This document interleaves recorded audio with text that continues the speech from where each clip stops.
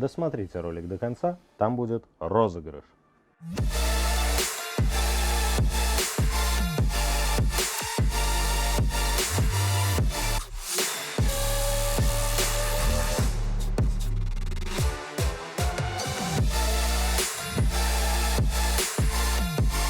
Всем привет, меня зовут Роман, у нас на обзоре очередной компьютер. Надеюсь, вы не успели соскучиться по компьютерам с предыдущего обзора, потому что здесь есть на что посмотреть. Ну, во-первых, выполнен он в MiShify 2 компакт исполнении, черное со стеклом, вот все. Чем MiShify 2 компакт лучше Deepcool 55-го меж?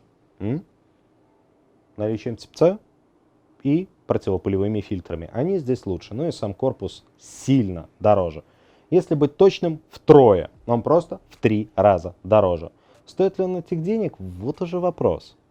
Но касательно корпус как корпус, корпус классный. Ну, если вдруг вам это было интересно. Тоже сеточка спереди, сеточка сверху, сеточка снизу. Лучше фильтры, чем в 55-м меше, но не более того. Ну да, плюс тип-C. По сути, очень похожий кейс по своему конструктиву, но дороже в 3 раза. Ладно, не из-за корпуса же мы его взяли, правда? Процессор и воздушное охлаждение. Здесь у нас Intel 10900K на кулере Noctua NH-D15. С одним вентилятором, черненький, красивенький, вот это вот все. Мы рекомендовали ставить трехсекционное I/O на переднюю панель корпуса, но жесткое требование только Intel, только в смысле воздух и вот это вот все. Соответственно, на 5900X уговорить было никаких шансов, это лучше, что можно сделать в таком исполнении. Материнская плата Asus TUF Gaming на Z590 чипсете.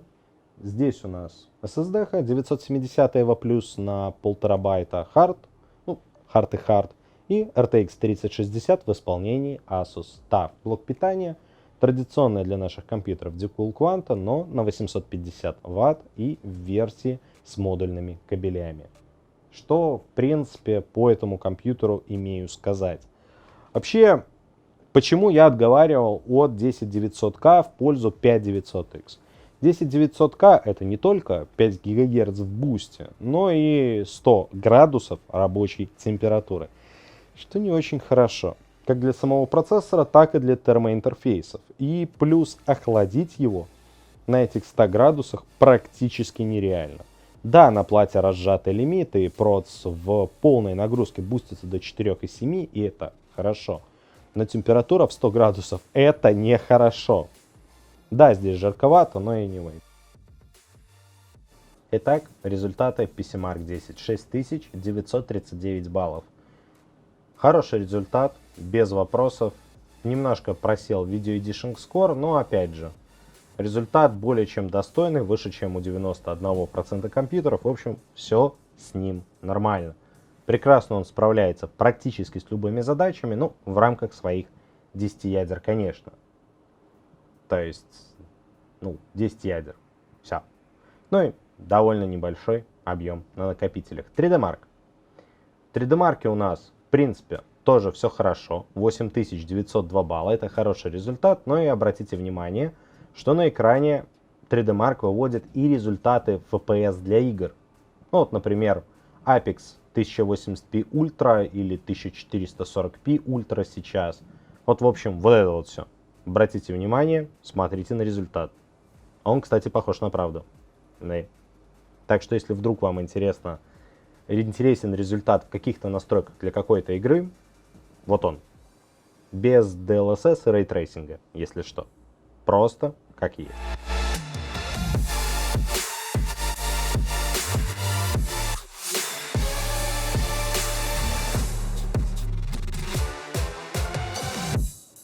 Итак, тест DLSS. Ну, точнее, тест только DLSS. Здесь у нас игровых результатов не будет. Но важно посмотреть, насколько карта может ускориться. Если DLSS выключен, то сферический конь в вакууме это 39,1 кадра, а если включен 65,7. Ну, как бы рост почти в 2 раза. Ну, DLSS на карте работает. Спойлер. Ладно, посмотрим как тест с рейтрейсингом. 5168 баллов, тоже хороший результат, и все те же результаты в играх, но уже с включенным рейтрейсингом. Обратите внимание, что сейчас нам показывают результаты в играх, как если бы там был включен рейтрейсинг, ну если он там, конечно, есть.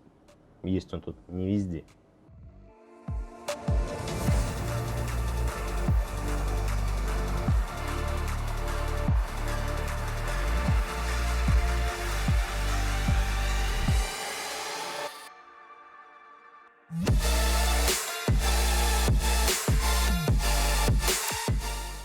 Cinebench R23. Однопоточная производительность 1292 балла. Это хороший результат. Процессор отрабатывает корректно. Но кто справляется, пусть и не совсем. 15989 баллов в многопоточном рендере. И в целом очень хороший результат. MP Ratio 12,37. В общем, все хорошо для 10 ядер. SSD. Это у нас 970 EVO Plus на 1,5 терабайта. Полноценный твердотельный накопитель. Объем задачи 64 гиг. Ну и как бы результат производительности видите сами. То есть очень и очень солидная скорость и вот это вот все. Ось. Тепловизор. Слева внизу. Да-да, у нас есть тепловизор, а то многие спрашивают. Температура процессора. Уверенные 100 градусов. Температура VRM 70. Это хорошая температура. Как для процессора, так и для VRM. Ну, это Intel. 100 градусов это его рабочая температура. Частота при этом 4,7 ГГц. То есть все идет под контролем. Материнская плата и процессор считают, что 100 градусов это прям то, что нужно. Вот прям то, что надо, и ниже частоту он не сбрасывает, удерживая температуру в районе 100 градусов. То есть это не мы его так настроили. Ну, конечно, и мы его чуть-чуть поднастроили, но anyway. Так работает процессор Intel. И да, ну вот прям так. 4600, 4700, 100 градусов. Dota. 3060, 10900, 130, 140 FPS. Средний 136, 135, где-то в этом районе. Ну, ок, с дотой справляется, как ни странно. Хотя результат мог бы быть и получше. Counter-Strike, CSGO, Dust 2. Ну, собственно, о чем вам еще говорить? FPS прыгает примерно от 150 до 250. Настройки графики, естественно, максимальные. Не те, на которых играют киберспортсмены. Ну, даже до 400 прыгает. Ну, anyway. Хороший результат. Можно играть на киберспортивном уровне. Все окей, но как бы... Чего вы еще ждали? 3060 на борту. Танки. В танках в среднем 190 FPS. 180, 190. Ну, как бы... Что тут еще говорить? Все окей. Танки тянет. А вот Warzone уже интереснее. Без DLSS у нас примерно 130 FPS, как можете видеть сами. Ну, в целом FPS достаточно играбельный, но хотелось бы немножко побольше. Хочется больше, включайте DLSS, будет примерно 160. Red Dead Redemption 2.